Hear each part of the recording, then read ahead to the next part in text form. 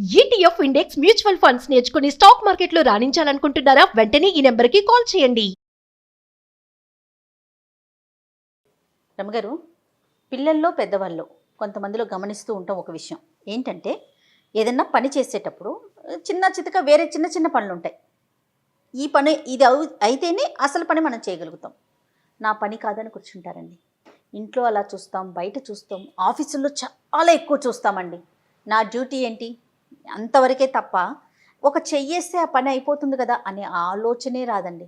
అదేదో తగ్గిపోయినట్టు ఫీల్ అవుతూ ఉంటారు కదా రమ్మగారు? అవును. కానీ ఆ యాటిట్యూడ్ చూస్తే నాకు భలే కోపం వస్తుందండి.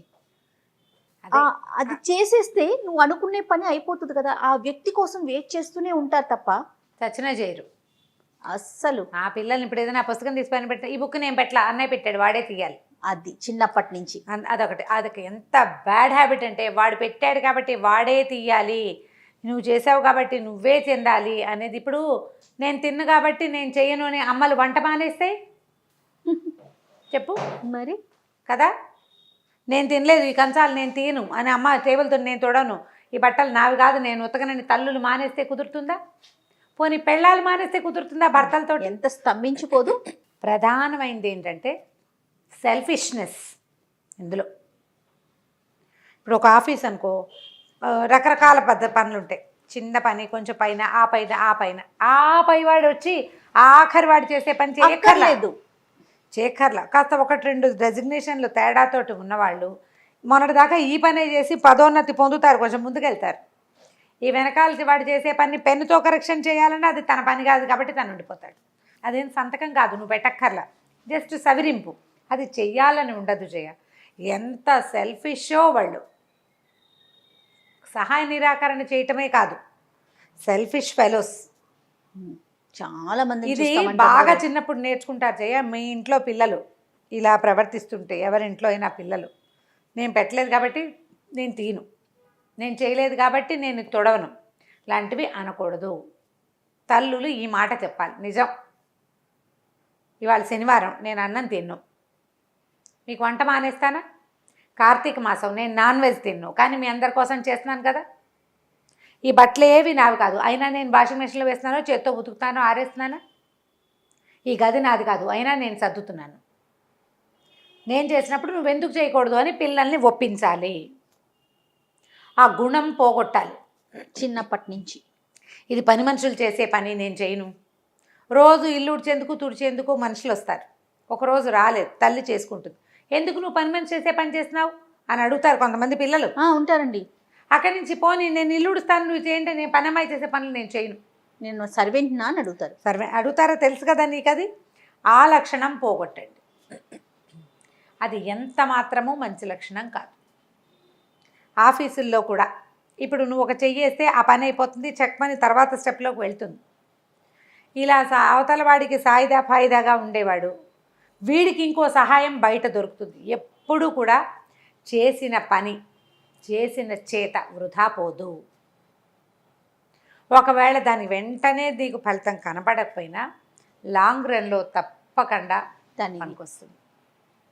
మన ఆఫీస్లో ఉన్న వాళ్ళందరినీ, ప్రతి వాళ్ళకి, మన పైన బాసకి బాసిజం ఉంది కాబట్టి మనకు కూడా ఉండాల్సిందని మన కింద వాళ్ళతోటి అదే బాసిజంని నువ్వు చేస్తున్నావు అనుకో. భగవానుడు చెప్పాడు భగవద్గీతలో ఒక మాట, ఎవరి యొక్క ఏ క్రియ వల్ల నీకు బాధ కలుగుతుందో ఆ క్రియని నువ్వు ఇతరులకి చెయ్యదు. గిల్లితే నీకు నొప్పెడుతుంది, నీకే కాదు ఎవరికైనా నొప్పెడు. నువ్వు గిల్లకు, నువ్వు చేయకూడదు ఏమిటి, దీంట్లో నుంచి నువ్వు బయటపడలేకపోతావు. కానీ ఈ క్రియని నువ్వు ఇంకొకడికి చేయకపోతే నువ్వు ఉత్తమ మానవుడివి, నువ్వంటే నాకు ఇష్టం అని చెప్పాడు. తనకి కలిగిన నొప్పిని ఇతరులకు ఇవ్వని వాడు భగవంతుడికి అత్యంత ప్రియతమమైన బంధువు. దేవుడికి ఇష్టం అలాంటి వాళ్ళని. అవమానించినా తిరిగి అవమానించని వాణ్ణి భగవంతుడు ఇష్టపడతాడు. భగవంతుడు అంటే ఎవరండి? ప్రపంచం చుట్టూ మన దగ్గర ఉన్నదంతా భగవంతుడే. మనమో దేవుడు, మన చుట్టూతా ఉన్న వాళ్ళంతా దేవుళ్ళు, అంతే. అవును, అది తెలుసుకుని ప్రవర్తించాలి. ఇప్పుడు నీ బాస్ నీ మీద బాసిజం చూపిస్తాడు, నువ్వేమిటి ఎలా అంటే, నాన్న అమ్మని కేకలేస్తాడు, అమ్మ పెద్దమ్మాయిని కేకలేస్తుంది, పెద్దమ్మాయి చిన్నమ్మాయిని, చిన్నమ్మాయి తమ్ముడిని. అలా ఎవరు అలసు అయితే వాళ్ళ మీదకి వెళ్ళిపోతూ ఉంటారు. అట్లా చేస్తే ఎట్లా? ఇళ్లలో ఇవి కుదురుతాయి, 2 రోజుల పైగా అన్నీ సర్దుకుంటూ ఉంటాయి. అవును. బట్ ప్రపంచంలో ఇట్లా చేయకూడదు, ఆ ప్రవర్తనే మంచిది కాదు.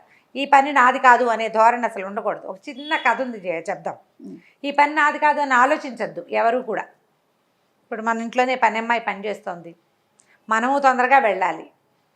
అదేదో చేస్తుంటే ఇవాళ డస్టింగ్ నేను చేస్తాను నువ్వు కింద ఉడిచేయని అనకూడదు.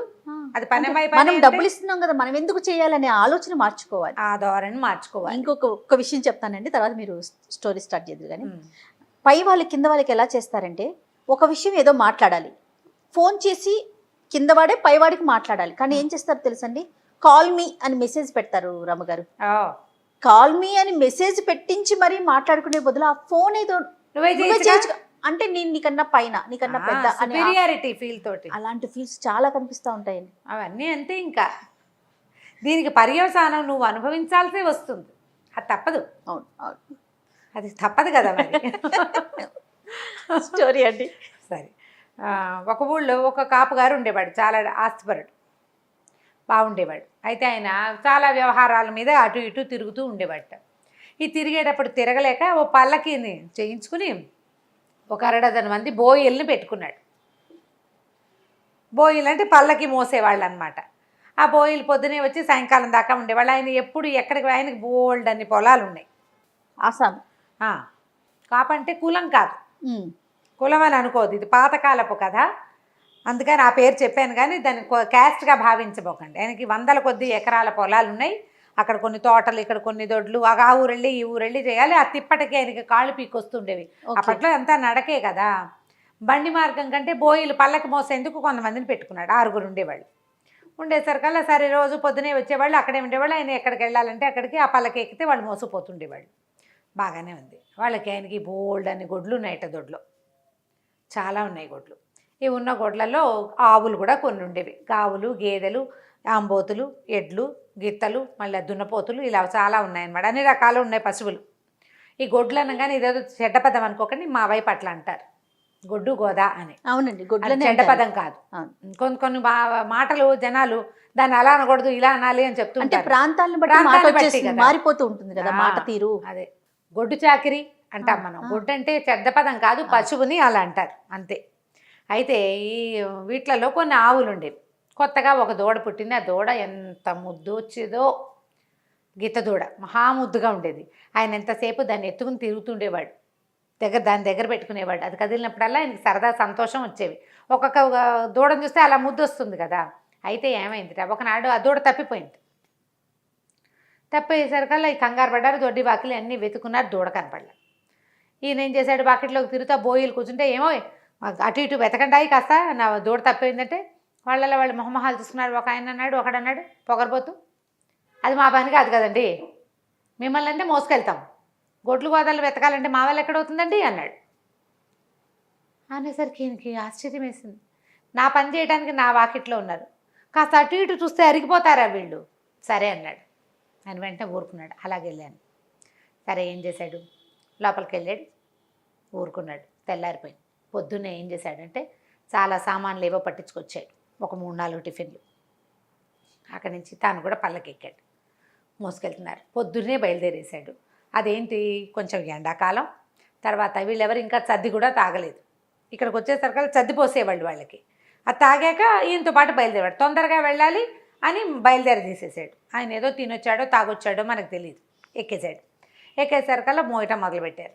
బాబాయ్య ఎటు వెళ్ళాలంటే అడవి వైపుకి దారి తీయండి, పని ఉందన్నాడు.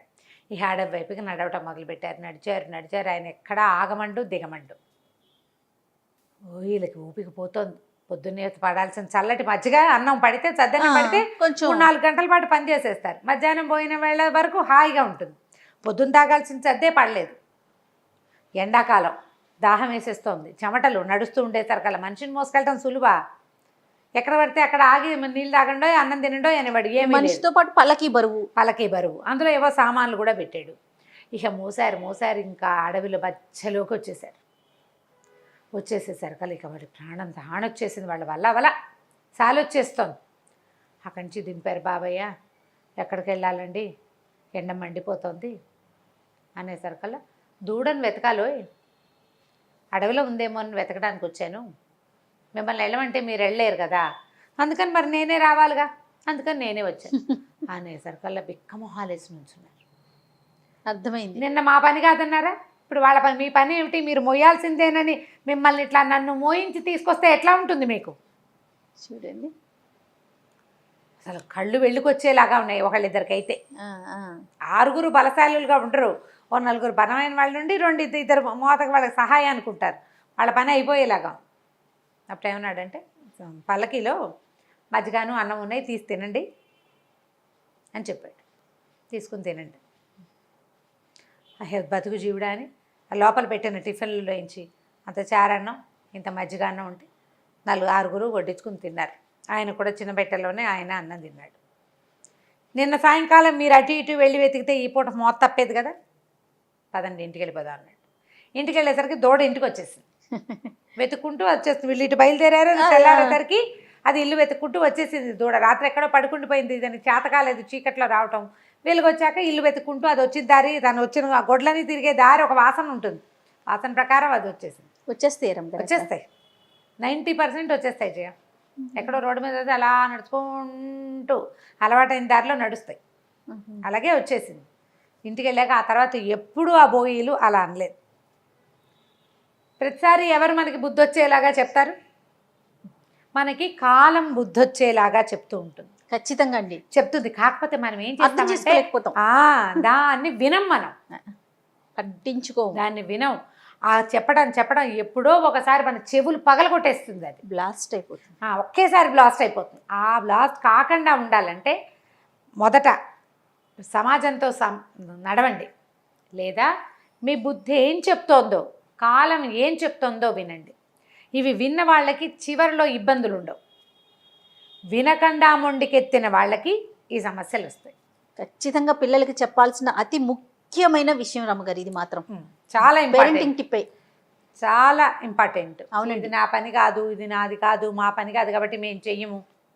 అందుకని మీరు అన్నట్లుగా పై స్థాయి వాళ్ళు కింద స్థాయికి రావక్కర్లేదు, మరి అంత కిందకి వచ్చి పని చేయలేకపోతారు. అదే కొంచెం 2 మెట్లు 3 మెట్లు దిగడానికి కూడా బాధపడితే ఎట్లా? అంతే కదండి కదా. చిన్న విషయాలకు కూడా చిన్న గంటల సేపు టైం అయినా వేస్ట్ చేస్తారు, కానీ కథలరు స్థాయి మాత్రం తగ్గించుకోరు రమ్మగారు.